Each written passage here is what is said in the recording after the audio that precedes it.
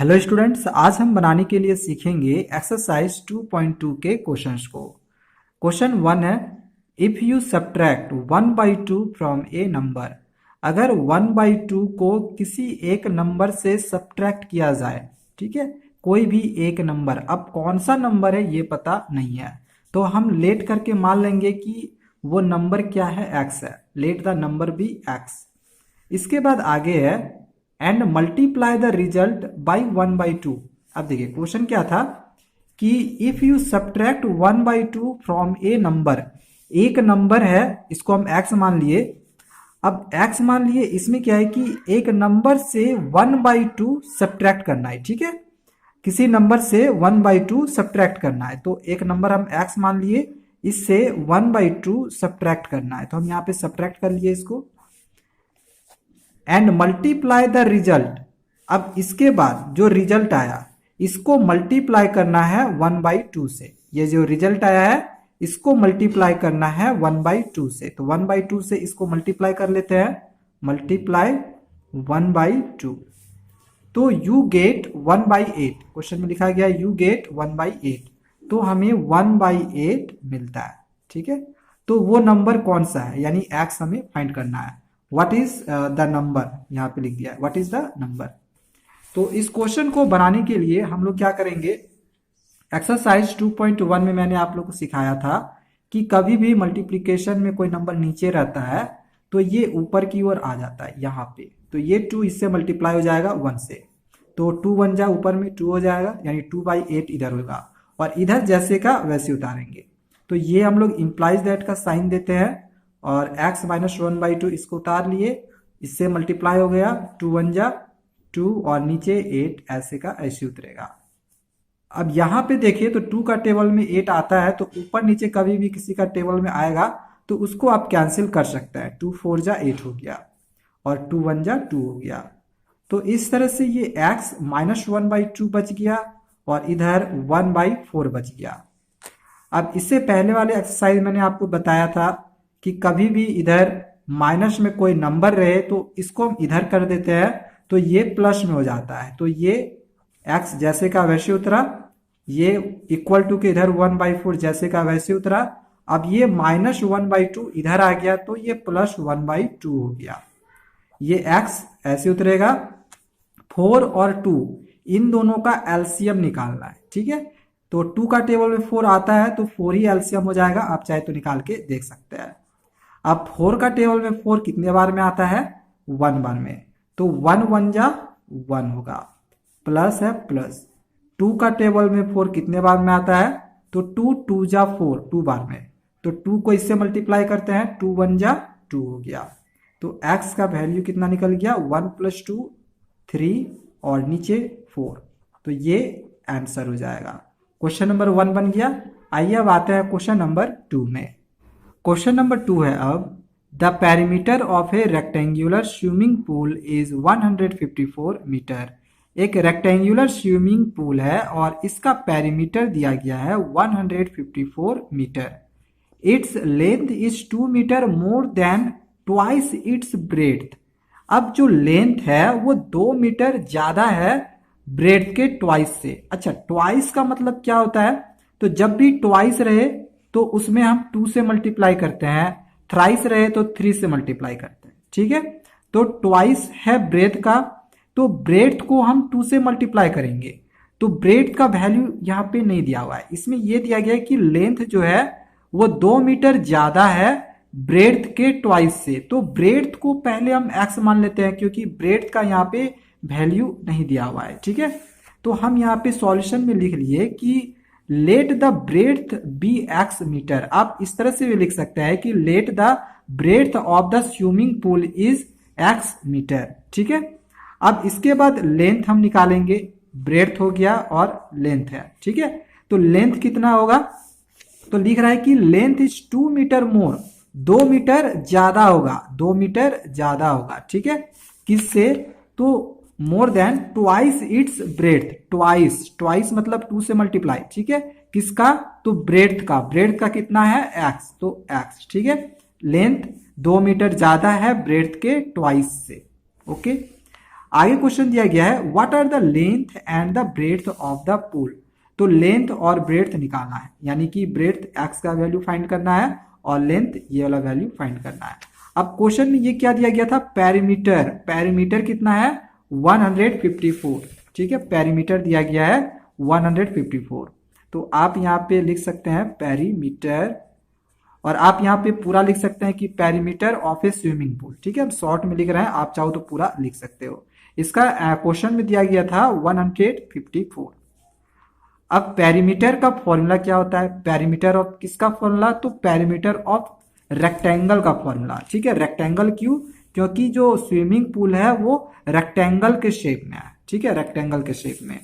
तो perimeter of rectangle का formula आपको पता होना चाहिए, क्या होता है, तो 2 मल्टीप्लाई एल प्लस बी, यानी कि लेंथ प्लस ब्रेड्थ, और इक्वल टू दिया गया है 154।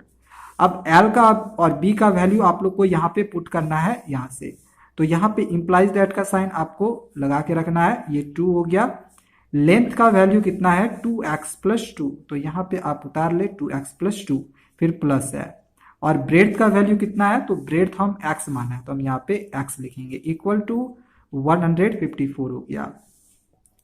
अब x को x के साथ हम जोड़ सकते हैं, ठीक है, तो ये 2 ऐसे का ऐसे उतरेगा, x को इसके साथ आप जोड़ ले, तो यहाँ पे 2x है, यहाँ पे x है, 2 और 1 3 हो गया, तो 3x हो गया, और ये ऐसे का ऐसे उतरेगा 2, ठीक है, इक्वल टू 154 हो गया। अब ये क्या होता है, इससे मल्टीप्लाई होता है ये दोनों से, और ये इससे मल्टीप्लाई होता है। ये आपने चैप्टर 1 में पढ़ा होगा डिस्ट्रीब्यूटिव प्रॉपर्टी, उसमें आपने पढ़ा होगा कि जब ऐसे ब्रैकेट में कोई नंबर रहे तो ये जो होता है दोनों से मल्टीप्लाई हो जाता है, इससे भी और इससे भी। तो ये कितना हो जाएगा 2 3 जा 6x, यहाँ प्लस है, और 2 2 जा 4 हो गया, इक्वल टू 154। अब इसको हम सिंपली सॉल्व करेंगे, ये +4 इधर आके माइनस में हो जाएगा, तो ये आप ऐसे रहने दे, और ये 154 है, ये प्लस इधर आके माइनस में हो गया, ये 6x, इसको आप घटा ले, घटाने के बाद कितना आएगा, 4 में 4 घटाएंगे तो 0 होगा, दैट मीन्स कि 150 होगा। अब ये 6 इसके नीचे आ जाएगा, यानी कि 150 और 6 नीचे आ गया। अगर आप यहाँ पे देखो तो इसको अगर काटना हो तो आप इसको डिवाइड कर सकते हो, या फिर 3 का टेबल में भी काट सकते हो, 3 2 जा 6, 3 5 जा 15, 3 0 जा 0। यहाँ पे 2 से काट सकते हैं, 2 2 जा 4 और 2 5 जा 10। और अगर काटने के लिए नहीं आएगा तो आप क्या करना, यहाँ पे इसको इस तरह से डिवाइड कर लेना, ठीक है। 6 2 जा 12, इसको घटा ले, 3 हो गया, यहाँ पे 0, 6 5 जा 30, तो कितना आया 25 आ गया, ठीक है। तो इस तरह से x का वैल्यू 25 निकला। x हम किसे माने थे, तो ब्रेड्थ को, तो ब्रेड्थ का जो हम लोग का वैल्यू निकल गया वो कितना निकल गया 25 मीटर, ठीक है। क्वेश्चन जो है हम लोग का मीटर में दिया गया है। और लेंथ कितना निकलेगा, तो लेंथ बराबर लिखेंगे, लेंथ यहाँ पे दिया गया था 2x प्लस 2, 2x, x के जगह पे हम 25 पुट करेंगे, 25 और प्लस 2 है, ठीक है, तो यहाँ पे 2 लिखेंगे। इन दोनों को मल्टीप्लाई कर ले, 25 प्लस 2 कितना हो जाएगा 50, और ये प्लस 2, 50 प्लस 2 कितना होगा 52। तो इस तरह से लेंथ का इतना आंसर आ जाएगा, और ब्रेड्थ का ये आंसर हो गया।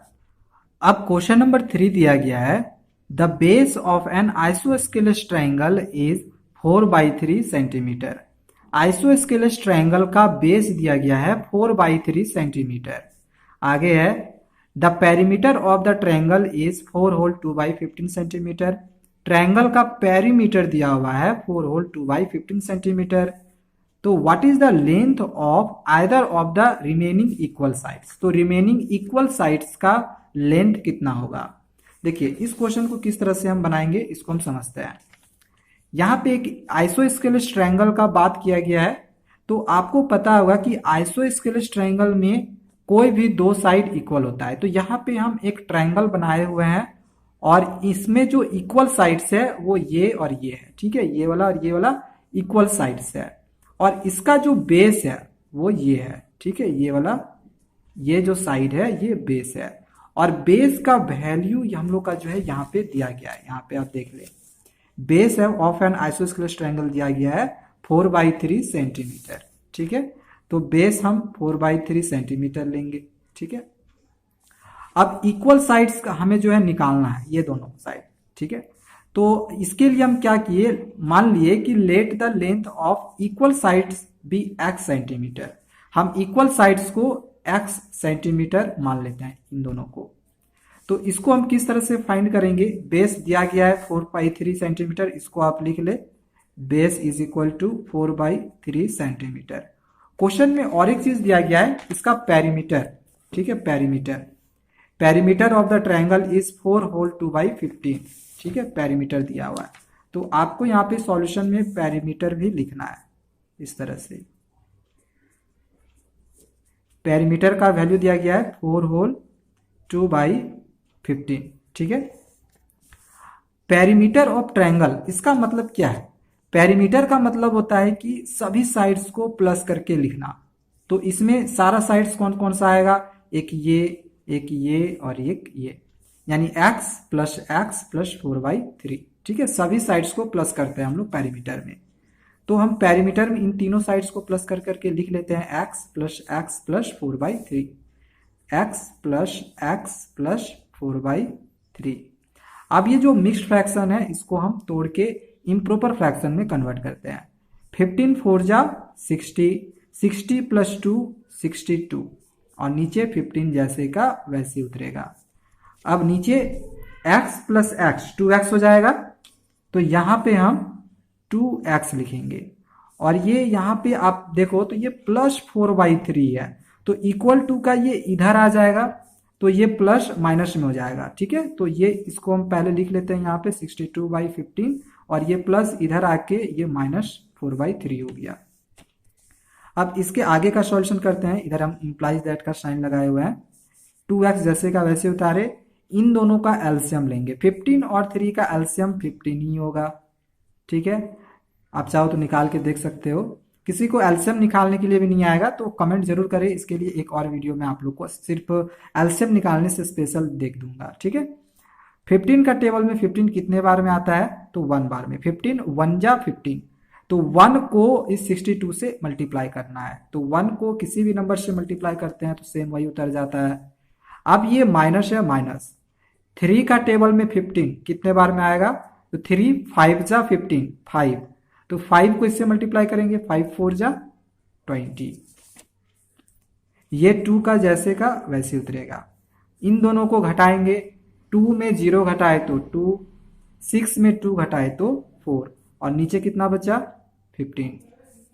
अब ये 2 x के साथ यहाँ पे लगा हुआ है, तो ये 2 इसका नीचे आ जाएगा, तो x इक्वल टू कितना हो जाएगा 42, नीचे 15 मल्टीप्लाई 2, इस तरह से। अब यहाँ पे आप इसको चाहो तो काट सकते हो। 2 का टेबल में कितने बार में आएगा, ये 2 2 जा 4, 2 1 जा 2। अब ये दोनों 3 का टेबल में भी आता है, ये 3 5 जा 15 होता है, और 3 7 जा 21 होता है। तो x का यहाँ वैल्यू कितना निकल गया 7/5।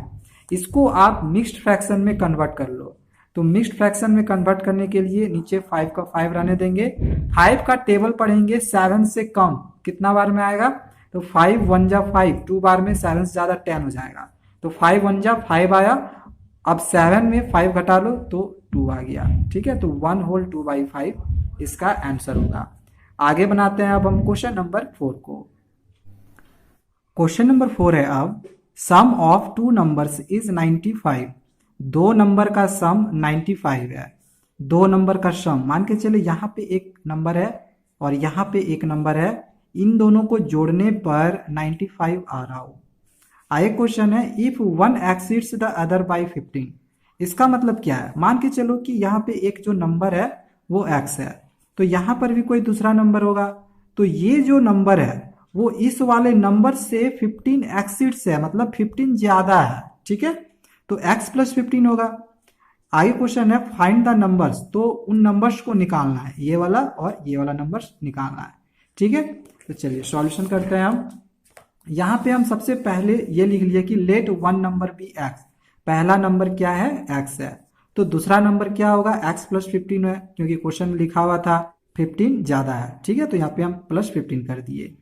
अब इन दोनों को सॉल्व किस तरह से करेंगे, तो क्वेश्चन में ये भी दिया गया था कि सम ऑफ 2 नंबर्स इन दोनों का सम, पहला नंबर दूसरा नंबर, इन दोनों का सम, इन दोनों का सम ये दिया गया था 95, क्वेश्चन में दिया गया था। ठीक है, यहाँ पे मैं आप लोग को क्वेश्चन भी दिखा देता हूँ। यहाँ पे दे दिया गया सम ऑफ टू नंबर्स इज 95। ठीक है, अब इसमें x वाला को हम प्लस कर लेंगे, x plus x 2x plus 15 है, आप प्लस 15 को इक्वल टू का इधर करोगे तो माइनस 15 हो जाएगा, तो ये 95 माइनस 15 हो जाएगा। यहाँ पे 2x है, इसको आप रहने दें, इसको घटा ले, 5 माइनस 5 0, 9 में 1 घटाएंगे तो 8। अब ये 2 इसके नीचे आ जाएगा, तो x का वैल्यू 80/2, इसको काटो, 2 4 जा 8, 2 0 0, तो इस तरह से x का वैल्यू 40 निकल गया।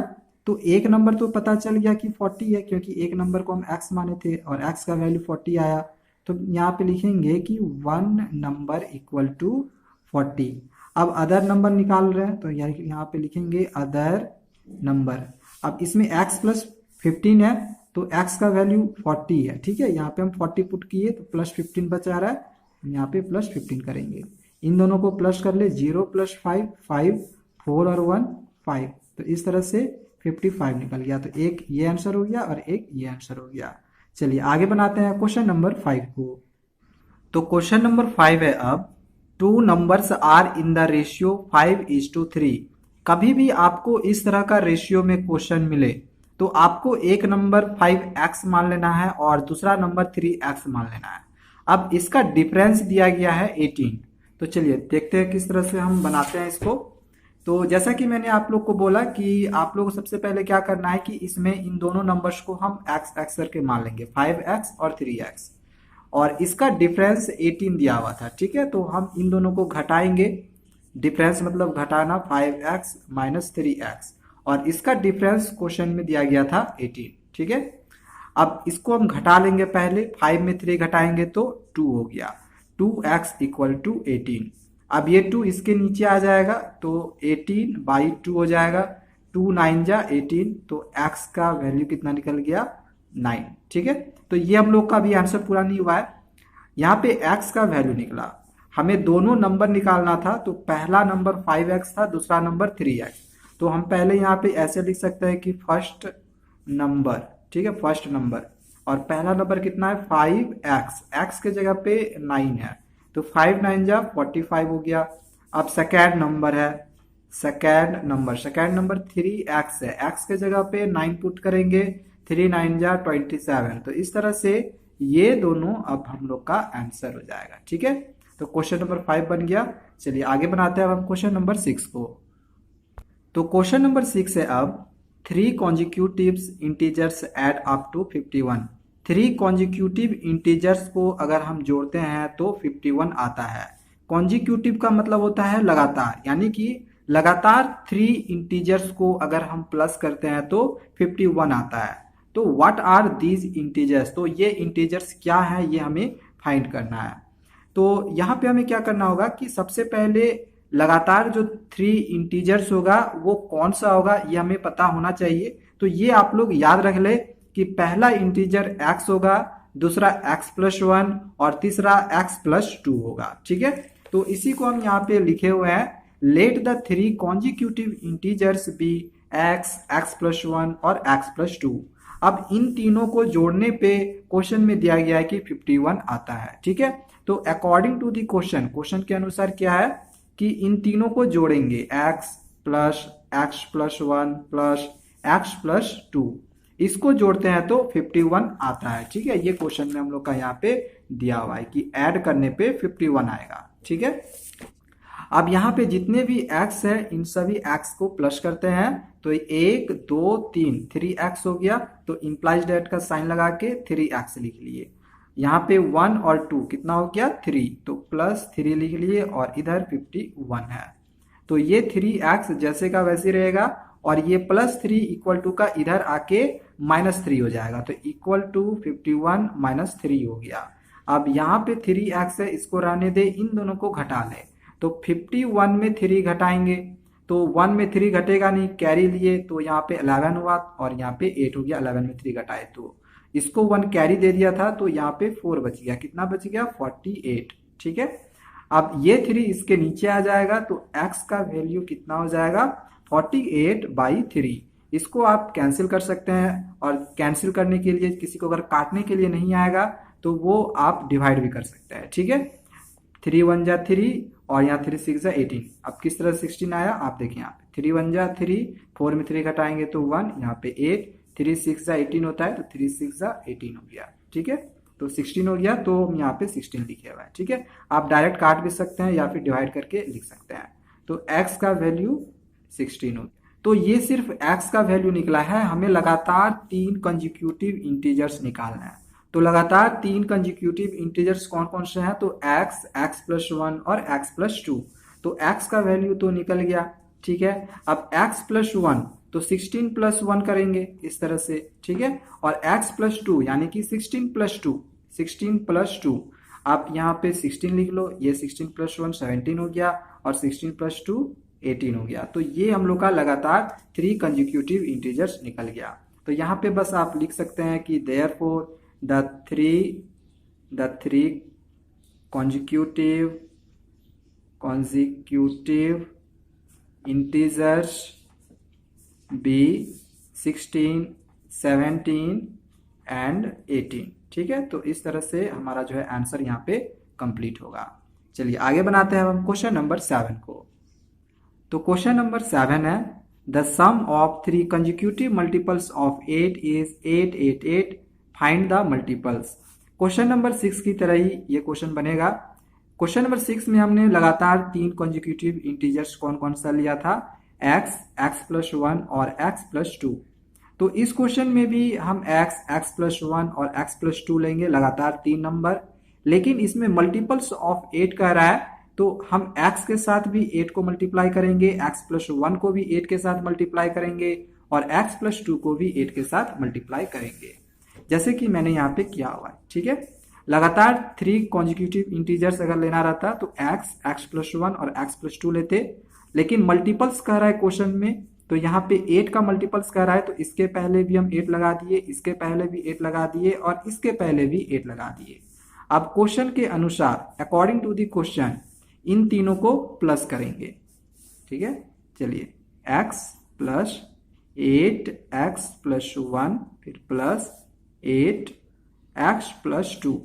अब इन तीनों को प्लस करने के बाद आपके किताब में क्वेश्चन में दिया हुआ है 8 8 8। आप देख ले अपना किताब, आपको यहाँ पे मिल जाएगा, इसमें दिया हुआ है, इसमें सम करने पे 8 8 8 आएगा। ठीक है, तो हम इसको लिख लिए। अब चलिए आगे इसको बस सॉल्व करते जाना है। ये 8x है, ऐसे उतार ले। अब इसको मल्टीप्लाई करेंगे, 8x हो गया, ये इससे भी मल्टीप्लाई होगा 8 होगा, इसको मल्टीप्लाई किए तो 8x हो गया और ये इससे भी होगा तो ये 16 हो जाएगा, 8 2 जा 16 और यहाँ पे ये 8 8 8 बच गया। अब यहाँ पे 8x है, यहाँ पर 8x है, यहाँ पे 8x है, तो जितना भी x वाला टर्म है सबको हम एक साथ प्लस कर लेंगे। 8 8 16 16 और 8 24 यानी 24 और x लगा देंगे। अब बाकी जिसमें x नहीं है, जैसे इसमें और इसमें x नहीं है, तो 16 + 8 कितना हो जाएगा 24 और इधर कितना दिया हुआ है 8 8 8, इसको लिख लेते हैं। ये 24x जैसे का वैसे उतारे। अब ये +24 ये इधर आ जाएगा। ठीक है, तो ये 8 8 8 ऐसे रहेगा, ये प्लस इधर आके माइनस में हो गया।